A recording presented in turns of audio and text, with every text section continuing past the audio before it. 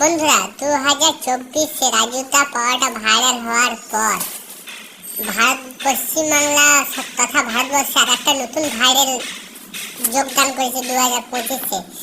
ননীতে এখন চলছে। আর কুম্ভ মেলাতে যারা ব্লগাররা কুম্ভ দেখাবে কি, মানে কুম্ভ মেলাতে যে জিনিসগুলো আছে আমাদের সংস্কৃতি, হ্যাঁ, কুম্ভ মেলাতে স্নান, তারপর সেখানে মন্দিরে পুজো দেওয়া, সেসব দেখানো তো কোনো কথাই হচ্ছে না। একটা মেয়ে রাস্তাঘাটে রুদ্রাক্ষ মালা বিক্রি করছে, তাকে নিয়ে সবাই পড়ে গেছে। এবং কুম্ভ মেলাতে যখনই কোনো ব্লগ দেখছি, কোথা থেকে উড়ে এসে জুড়ে বসছে মোনালিসা। অনেকে একে ভালোবাসছে, অনেকে একে হিংসা করছে, অনেকে একে ঘৃণা করছে। তো মেয়েটা হচ্ছে মধ্যপ্রদেশের, সে রুদ্রাক্ষী মালা বিক্রি করছে। একটু দেখতে ভালো, সাউলি রং, চোখগুলো কটা কটা বা নীল রঙের রং। শুনছি নাকি পুষ্পা 3-তে তাকে নাকি লঞ্চ করবে আল্লু অর্জুন। অনেকে এটা বলছে, অনেকে মানে সবাই, যেমন নন্দিনী রেস্টুরেন্টে নন্দিনীকে দেখাতো, খাবার দেখাতো না ফুড ব্লগের নামে, সেই রকম এখানে কুম্ভ মেলাতে কুম্ভ দেখাচ্ছে কম, ওই মেয়েটাকে দেখাচ্ছে বেশি।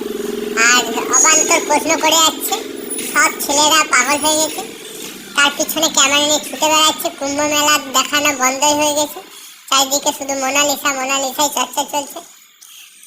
মানে যে কি বলবো, মানে ব্লগাররা এত ইয়ে করছে, কি বলবো, মানে ফুড ব্লগের মতন এটাও, মানে আজকাল মন্দিরে ব্লগ করাও 12টা বেজে যাবে যদি এরকম ধরনের ঘটনা ঘটে। আমার তো কিছু মাথায় ঢুকছে না কি হচ্ছে।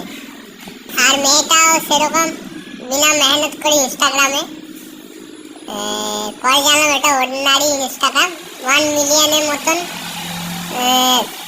হয়ে গেছে, 1 মিলিয়ন পেরিয়ে গেছে মনে হয় এতক্ষণ তার ইনস্টাগ্রাম অ্যাকাউন্টে।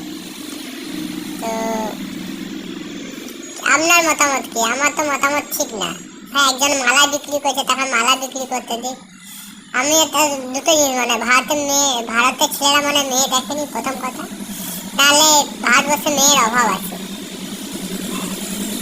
বিদেশে তো এরকম হয় না, বিদেশে তো সব মেয়েরাই সুন্দর দেখতে, এরকম তো হয় না। মালা বিক্রি করছে, মালা তো বিক্রি হচ্ছে না, উল্টে ওকে দেখে পালিয়ে যাচ্ছে সবাই। মালা বিক্রি করার জন্য কুম্ভ মেলাতে এসছে, মালা তো বিক্রি হচ্ছে না, বরঞ্চ লস হয়ে যাচ্ছে। আপনাদের মতামত কি কমেন্ট বক্স লিখে জানান। যদি ভিডিও ভালো লাগে লাইক করুন, আর চ্যানেল সাবস্ক্রাইব বাটন প্রেস করুন। জয় হিন্দ, জয় ভারত, ভালো থাকো, সুস্থ থাকো।